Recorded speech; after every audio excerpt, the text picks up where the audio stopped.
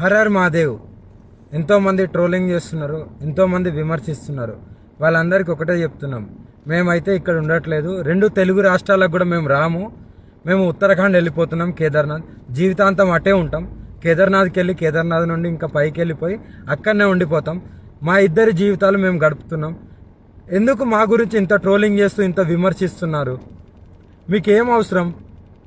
మా బతుకులు మేము బతుకుతున్నాం కదా, మా జీవితాన్ని మమ్మల్ని బతకనివ్వండి. ప్లస్ అదే కాక వర్షిని ఈరోజు బలిస్తుంది, అలాగే వర్షిని అగోరి దగ్గర లేదు, ఇలాంటి తంబ్లైన్స్ పెట్టుకోవడం మానేయండి. నేను ఈమె దగ్గరే ఉన్నాను, సేఫ్గా ఉన్నాను, చాలా హ్యాపీగా ఉన్నాం మేము. ఓకేనా, నన్ను ఎవరు బలించట్లేదు. అందుకే మేము ఇంకా ఆ 2 రాష్ట్రాల్లోకి రావాలని చెప్పి అనుకోవట్లేదు. మేము ఆ బతికేది మేము బతుకుతున్నాము. కేదార్నాథ్లో వెళ్ళిపోతున్నాం, కేదార్నాథ్లోనే ఉంటాం ఇంకా. సో ఇంకా ఎందుకు ఛానల్స్ అన్ని మీడియా వాళ్ళందరూ ఎందుకు మా మ్యాటర్ ఒక్కటే పట్టుకున్నారు? ఇంక దేశంలో ఏమీ లేవా? 2 తెలుగు రాష్ట్రాలలో ఏ మ్యాటర్స్ లేనట్టు మా మీదనే ట్రోలింగ్ చేస్తూ పదే మా న్యూస్నే వేస్తున్నారు. చెప్తున్నాం కదా, మా దగ్గరికి ఎవరన్నా వచ్చినా సరే, చెప్పమ్మా, మా దగ్గరికి ఎవరు వచ్చినా సరే మేము మా ప్రాణాలు వదలడానికి కూడా సిద్ధంగా ఉన్నాము. వదిలేస్తామని ఫిక్స్ కూడా అయిపోయినాం. పెట్రోల్ కూడా రెడీగా ఉంది. మా బతుకులు మమ్మల్ని బతకనివ్వండి. మేము ఆ 2 తెలుగు రాష్ట్రాలకు రాము. జీవితంలో ఇంకెప్పుడు కూడా ఆ 2 తెలుగు రాష్ట్రాలకు రాబోము కూడా. మేము ఇటే ఉత్తరాఖండ్లోనే ఉంటాం, ఉత్తరాఖండ్లోనే ఉండిపోతాం కూడా.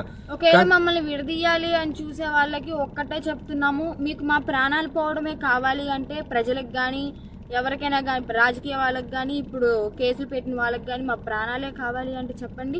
మేము ఇవ్వడానికి చేసుకోవడానికి సిద్ధంగా ఉన్నాము. 100% కాళీమాత మీద ఒట్టు ప్రాణదానం చేసుకోవడానికి కూడా ఉన్నాం.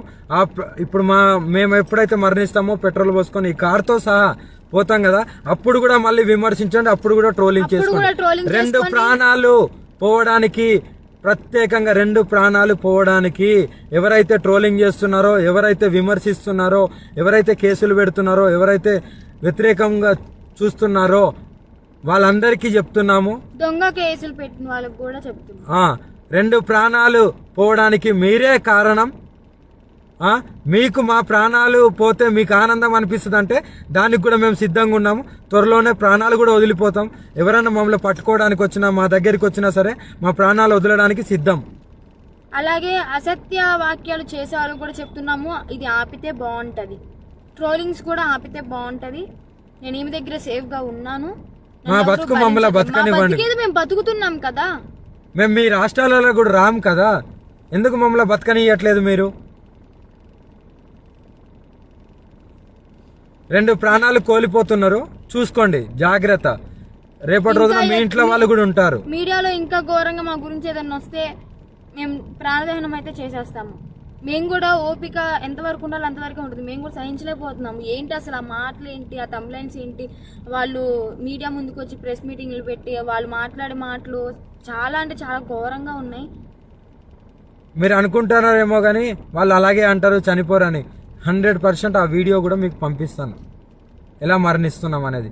ఎవరైనా సరే మమ్మల్ని ఇప్పటికి కూడా మా న్యూస్ ఆపకపోతే మా బతికేది మేము బతుకుతున్నాం కదా. అక్కడైతే లేం కదా 2 రాష్ట్రాల్లో, మీకు మా వల్లే ఇబ్బంది కదా.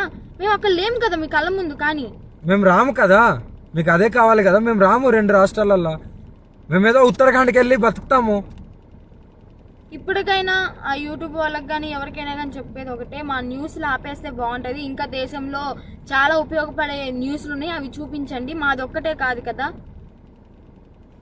ఇప్పటికైనా ఆపుతారని చెప్పి. 2 ప్రాణాలని తీసుకోవాలనుకుంటే ఇంకా చేసుకోండి. ఇంకా చూసి ఈ వారం రోజులలోనో ఇంకా ఈ 2-3 రోజులలోనో చూస్తాము, లేకుంటే డైరెక్ట్ దహనం అయిపోతాము. అప్పుడు మీరందరూ ఆనందించండి, మీరందరూ ఆనందంగా ఉండండి. మా ప్రాణాలు పోయిన తర్వాత మీరందరూ కలిసి ఆనందంగా విందు భోజనం చేసుకోండి. ఇంకా మోకిరాబాద్ లో కేసు అంటారా, ఆమె పెట్టింది చెల్లదు. ఆ జడ్జి ఎవరైతే డబ్బులు వేశారో ఆయన వచ్చి కేసు పెడితేనే చెల్లుతుంది. ఇంకా మొదటి భార్య అంటారా, అది టోటలీ ఫేక్ అని చెప్పి మీకు కూడా అర్థమైపోయి ఉండాలి. అర్థమై ఉంటదేమో అనుకుంటున్నాము. అది టోటలీ ఫేక్, 100% ఫేక్. రుజువులు లేనిదే ఆమె ఎందుకు మీడియా ముందుకు వచ్చి మాట్లాడుతుంది?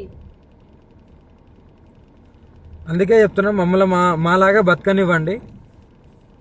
మేము చాలా బాగున్నాము, ఆనందంగా ఉన్నాం, కలిసిమెలిసి ఉన్నాం. మా వల్ల మీకు ఎలాంటిది రాదు. మేము ఆ 2 తెలుగు రాష్ట్రాల్లో కూడా రాబోము. మాకు అవసరం లేదు కూడా. మేము ఇక్కడనే